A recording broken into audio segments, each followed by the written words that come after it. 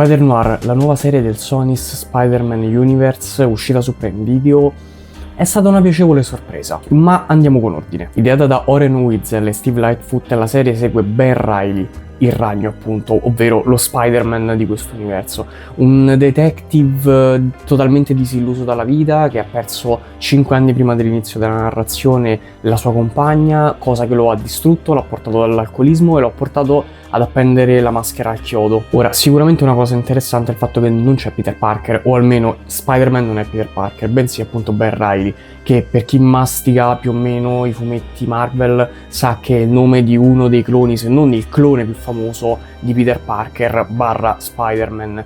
Ma la sua non è la storia classica dei fumetti. Ben infatti è questo, come già detto, detective totalmente disilluso, depresso, che fa il verso in un modo strapositivo ai personaggi principali del noir, ed è questa una grande caratteristica della serie che la pone in un contesto secondo me diverso rispetto ai film o alle serie Marvel classiche che noi vediamo. Non è una serie prettamente supereroistica, nel senso sì, ha forti elementi del supereroismo, però è una serie più noir. Qui infatti al centro di tutto non ci sono le scazzottate, i combattimenti o altro, c'è più la ricerca della verità da buon film noir, o comunque da buon film che viene dal periodo noir americano, che si divide in più o meno 15 anni in 3 fasi diverse, e nella serie ci sono tutte. Prendiamo un altro elemento fondamentale del noir, la femme fatale. Qui un personaggio su cui molto gira intorno, e anche molti altri personaggi girano intorno a lei. Lo stesso Ben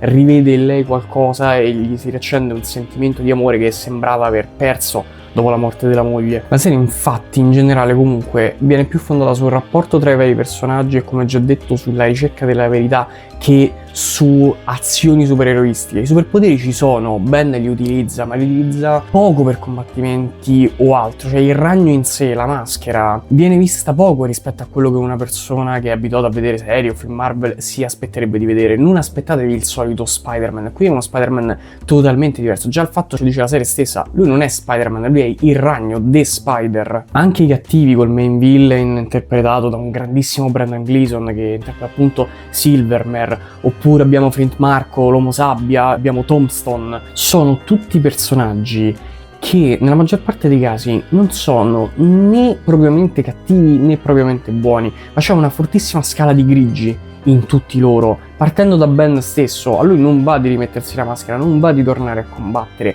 perché tendenzialmente lui sì, lo faceva anche per preservare la città o altro, ma questi 5 anni in cui non si è messo la maschera, lui tendenzialmente è stato bene, non ha mai sentito il bisogno urgente di tornare a combattere. Flint Marko, Sandman, è un personaggio sì considerabile un villain, ma tendenzialmente ha tutte le sue motivazioni che lo spingono a compiere azioni malvagie, anche se in realtà lui inizialmente non vorrebbe. C'è una crescita dei personaggi. O anche Tombstone, Lincoln Tombstone, tendenzialmente nei fumetti è questo personaggio che è propriamente votato al male, molto molto negativo. Qui invece è quello forse più, quasi mi viene da dire, positivo. Anche lui è obbligato a fare quello che deve fare. Questo perché nella serie ci viene spiegato come le persone ottengono i poteri, e non è l'ottenimento dei poteri classici alla Marvel. Qui ottenere i poteri ha un suo costo ed ha un prezzo altissimo, e nella maggior parte dei casi sono poteri che neanche erano voluti da chi li ha ottenuti. E questa è per la parte supereroistica, che appunto ci togliamo adesso, perché secondo me la serie è molto interessante anche a chi non è appassionato di supereroismo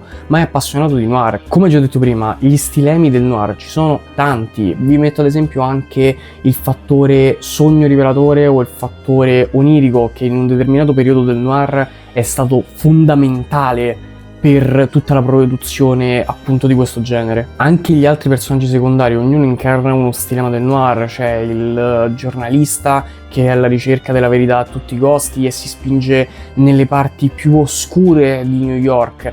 La stessa New York è una città sporca, è una città super corrotta, che si capisce che anche il più pulito fondamentalmente ha la rogna. E ovviamente l'atmosfera noir, come già detto prima, nella parte investigativa danno il meglio di sé. Seguiamo comunque Ben alla ricerca della verità e non è mai un qualcosa di noioso, anzi a me personalmente ha tenuto molto più attaccato allo schermo quella parte della serie che i combattimenti, che sono pochi, dosati molto bene durante le puntate, e pochi ma buoni fondamentalmente. Non ci si annoia, durano il giusto e vengono messi soprattutto, come già detto, in momenti giusti. Non c'è mai la sensazione di star vedendo un combattimento che non serviva. C'è da dire che io la serie l'ho vista in bianco e nero, quindi non so darvi un giudizio prettamente oggettivo su tutto, mi manca la parte a colori.